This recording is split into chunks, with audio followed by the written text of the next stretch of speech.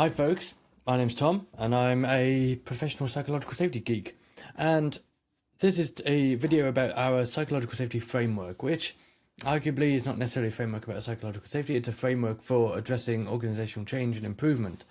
And so, yeah, there are loads of things called or framed psychological safety frameworks. There are models and all sorts of things from Tim Clark's 4 stages model to Victor Sessen's model, and there's one called the safety framework, which I can't help but feel was an acronym looking for someone to put a framework to it.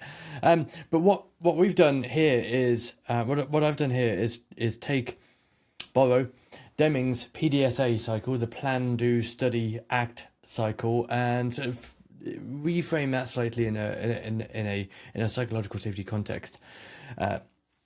What would and also kind of made it into a Mobius loop to really emphasize the point that we flow continuously through this, and it's a continuous cycle. It's not a kind of plan day one, do some stuff in the middle, and then anticipate a finish date and it's all Gantt charted and sort of done pre-planned from day one. This recognizes the complexity of socio-technical systems and organizations, and the fact that we can't plan our way through change.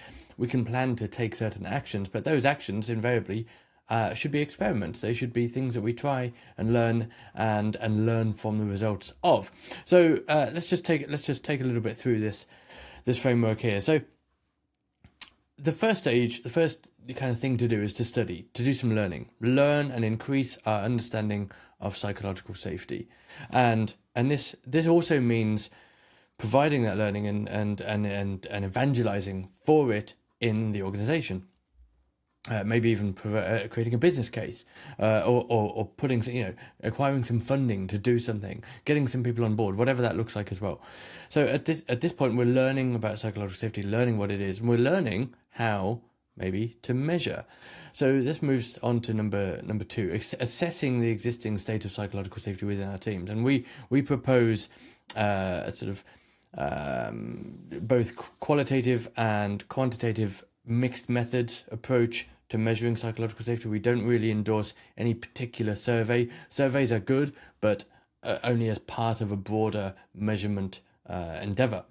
And because surveys only tell us what some scores are, they don't tell us why. They don't tell us really what's going on. They can also mask outliers, and they can mask. So masking outliers often ends up hurting the people who need our help the most, right? So we have to be very careful around metrics. So we use both quantitative and qualitative approaches to measurement, and this is all within our action pack that you can use within your teams and organizations. As we've assessed that, and as we've got some temperature check, some sense of where we currently are, then we can move into the build phase, and this is where we're defining our values, we're doing team charters, we're adopting behaviors, we're improving our practices, and doing some other stuff, all sorts of things, from social contracts to the Anton Code, to personal user manuals, to addressing power imbalances, to understanding the different neurodivergent aspects of psychological safety and how that works. There's so much work to do here. You're not just going to get it all done in one little phase, but we can take some actions. We can do some work at this phase, and what we're looking at then is so the reason maintain is an explicitly called out stage in this, which is because we have to be really careful. This is maintain over here. We have to be really careful that we don't just treat this as a kind of, oh, well, we've done a workshop, we've done some training, that means we're done. We can tick that box. We have to make an explicit effort to make sure that these changes, these activities, these practices, and the new ways of working persist and stick. It doesn't mean keeping the same.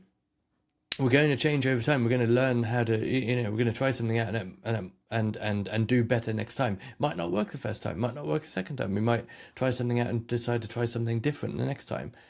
But this is the point. It needs to be a continuous effort. It's never finished.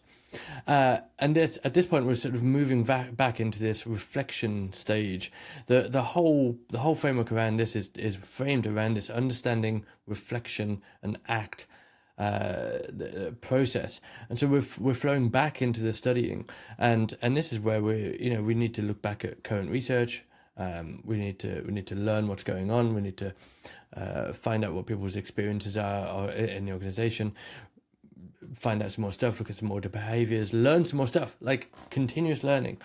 And so we're not only learning here about psychological safety, so we are learning about psychological safety, learning more and more about psychological safety and associated improved ways of working. But we're also studying here the rest of the people in the organization. What do they want to tell us? What can they give us and help us work on? And this also involves a period of self-reflection. Maybe so in our action pack we have some resources around how to carry out some self-reflection. How did this experience feel for me, and what can I do better next time, and things like that. And then we're moving back into the measurement phase, taking another temperature check.